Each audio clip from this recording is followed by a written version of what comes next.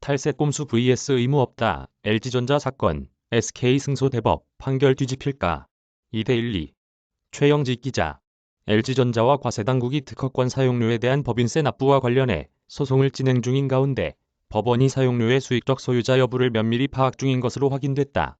이를 통해 LG전자와 지적재산권 등 라이선스 계약을 맺고 과세를 면제받은 외국 법인이 페이퍼 컴퍼니 및 도관회사인지 여부를 판단하겠다는 것이다. 최근 4차 산업화 국면에서 국내외 기업 간 IP 서비스 계약이 늘어나는 만큼 산업계 전반이 이번 소송을 예의주시하고 있는 모양새다. 법, 성명준비명령 이어 소송고지.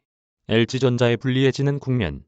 12일 법조계와 재계 등에 따르면 서울행정법원 행정호부는 지난 9일 18억 원 상당의 법인세 원천징수처분 취소 소송을 진행 중인 LG전자와 영등포 세무서 측에 최근 성명준비명령을 내렸다.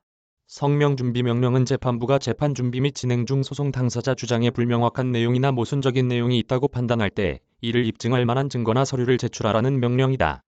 그간 LG전자는 라이선스 및 제품 사용 계약을 맺은 전자설계자동화 솔루션, IP 전문 기업인 A사 헝가리 법인이 한국 헝가리 과세조약에 따라 과세가 면제돼 국내에 법인세를 낼 수 없다고 주장해왔는데 헝가리 법인이 기업으로서 제대로 된 역할을 하고 있는 회사인지와 IP 라이선스 계약을 애초 체결했던 미국 법인에서 헝가리 법인으로 바뀐 경위를 구체적으로 설명하라고 요구한 것이다.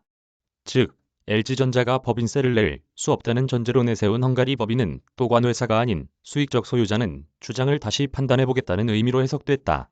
이를 두고 법조계에선 국세청에 유리한 상황이라고 분석했다. 그동안 과세당국은 LG전자가 과세를 피하고자 페이퍼 컴퍼니 및 도관회사에 불과한 해당 법인과 계약한 꼼수를 부렸기에 국내에서 원천 징수를 해야 한다고 맞섰다. 더 나아가 재판부는 LG전자가 A사 헝가리 법인의 소송 고지를 해야 하는 게 아니냐고 언급했다. 이와 관련 법조계에선 LG전자가 소송에서 질 경우 헝가리 법인을 통해 법인세를 납부해야 하는 상황을 염두에 둔 것이라는 해석이 나온다. 기업 사건을 전담하는 한 변호사는 재판부는 헝가리 법인이 원천 징수를 피하기 위해 설립한 회사일 가능성이 적지 않다고 보는 것 같다며 소송 고지 역시 패소 판단할 가능성에 대해서도 검토해보라는 취지로 읽힌다고 했다. SK 판결 틀렸다는 거냐? vs 헝가리 사업 영위, 질의상 이점 밝혀야. 사건의 쟁점은 헝가리 법인을 실질적인 사용료 수익자인 수익적 소유자로 볼 수 있는지 여부다.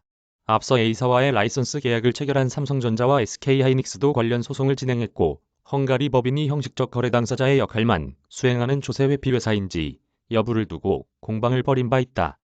특히 직전 사건인 SK하이닉스의 경우 대법원에서 A사를 수익적 소유자로 인정하며 회사 측 손을 들어줬다.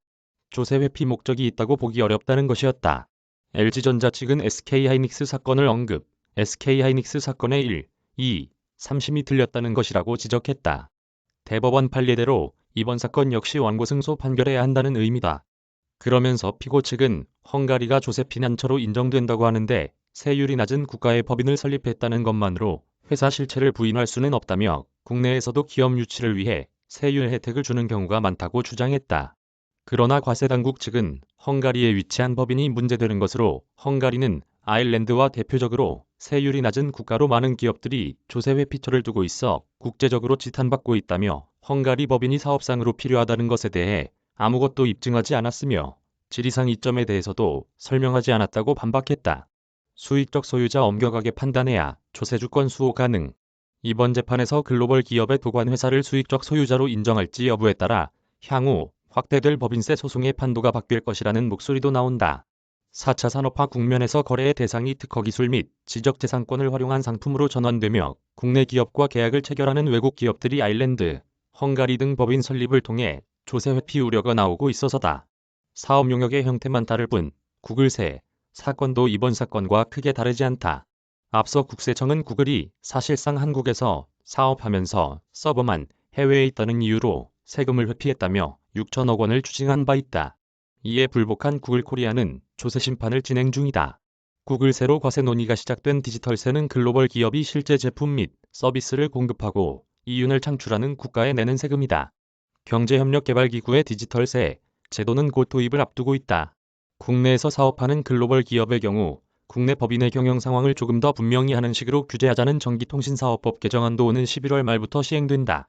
이 같은 사회 변화에 따라 법원 판단도 바뀌어야 한다는 시각이 있다.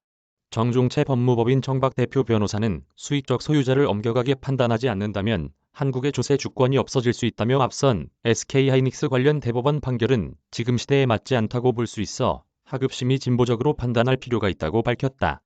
당시 재판부는 헝가리 법인이 적법하게 설립돼 존속하며 이 법인 설립이 우리나라 조세를 회피할 목적에서 비롯된다고 보기 어렵다고 판시했다.